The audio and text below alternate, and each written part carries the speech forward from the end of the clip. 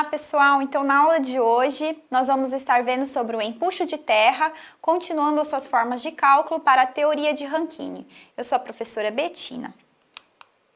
Então, relembrando um pouco da aula anterior, revendo o que é o empuxo de terra, que a gente já viu, é uma ação então horizontal que foi produzida pelo maciço de solo e vai estar agindo na estrutura de contenção, sendo resultante então dessas pressões laterais que vão estar agindo na estrutura.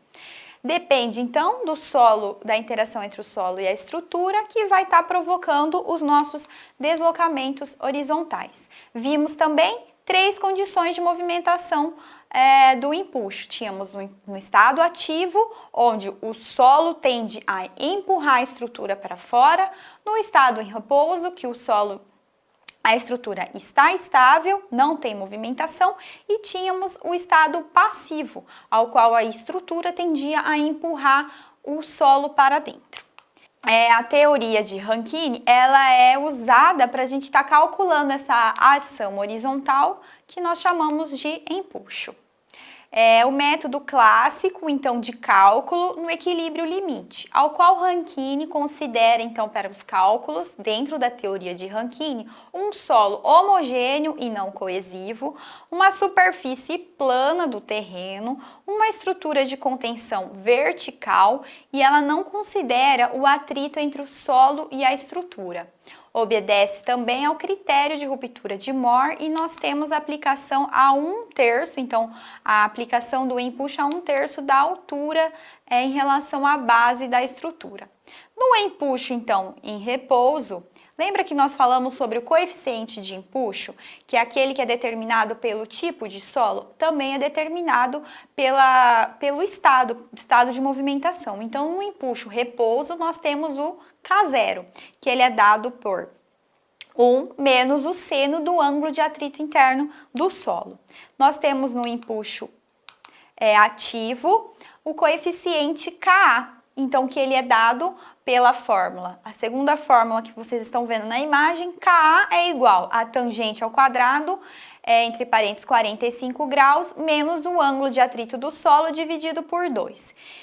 E esse Ka, ele é dado, então, pelo plano de ruptura, né, da teoria de Coulomb, que a gente vê na imagem abaixo. Então, a gente considera que o nosso maciço vai estar se rompendo a 45 graus, mais o ângulo de atrito do solo dividido por 2.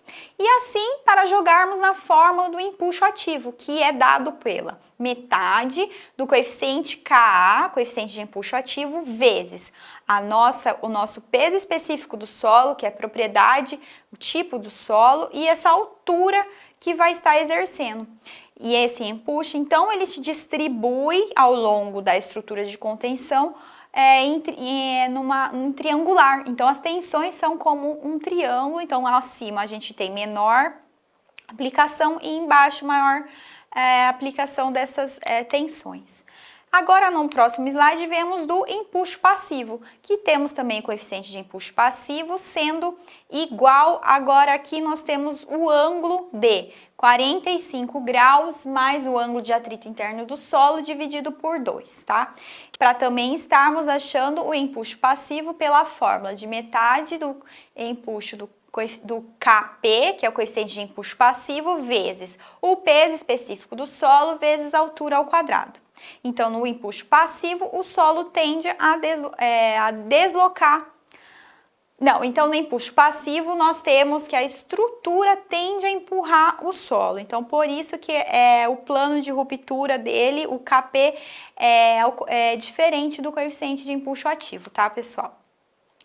Alguns exemplos, então, de variações que nós podemos ter nas estruturas. Então, a gente tem uma superfície inclinada. Apesar de Rankine não considerar um terreno plano, nós podemos fazer uma adaptação da fórmula ao utilizar o ângulo terreno, tá? Então, é possível também estar calculando para superfícies inclinadas, para superfícies com solos coesivos. Apesar da teoria de Rankine também propor para solos não coesivos, nós podemos estar calculando para solos coesivos, mas lembrando que temos que considerar a presença dessas fendas de tração, que nós já falamos anteriormente, que são o quê? Essas aberturas, essas fissuras que levam à entrada de água. Então, o solo acaba perdendo a sua resistência nessa região das fendas de tração.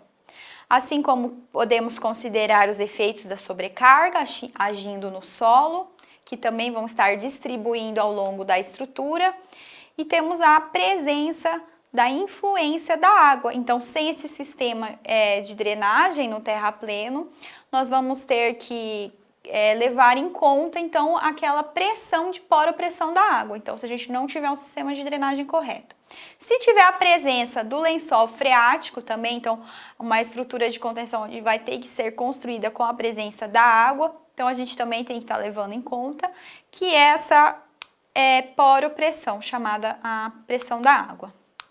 Então, vamos conferir aqui nesse próximo slide um exemplo de aplicação. Então, temos que calcular, considerando um muro de arrimo com 6 metros de altura, que ele esteja suportando, então, um solo atrás dele. Então, ali representado na figura, nós temos o NT. O que é o NT? É o nível do terreno, tá? Então, o nível da terra. Então, ali a gente tem a terra, e aí ele tem 6 metros de altura, e o peso específico, então, desse solo, esse tipo de solo, tem 16 kN por metro cúbico, e é uma areia que apresenta ângulo de atrito interno de 30 graus. Então, ok, então listamos ali ao lado a altura igual a 6 metros, o peso específico do solo igual a 16 e o ângulo de atrito interno do solo 30 graus.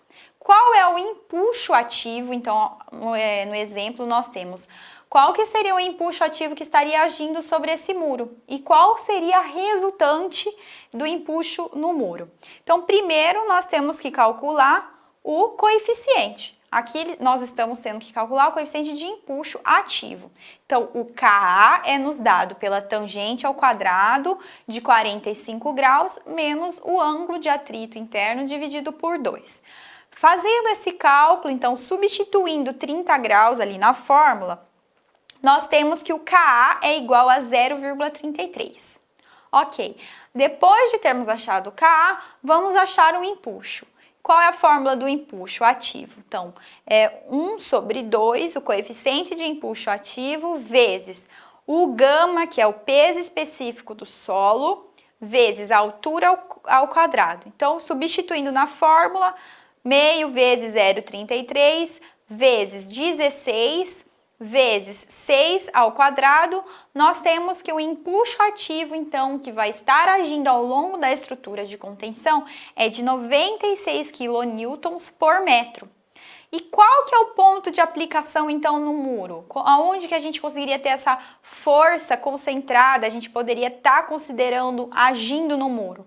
É a 1/3, então, segundo a teoria de Rankine, que nós já vimos anteriormente, está localizada a 1/3 da altura da base.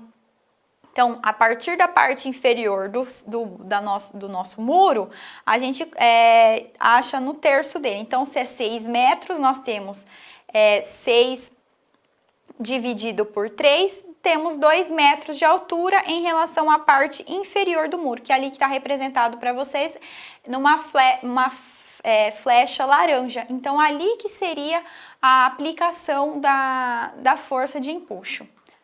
Obrigada, pessoal, e nos vemos na próxima aula.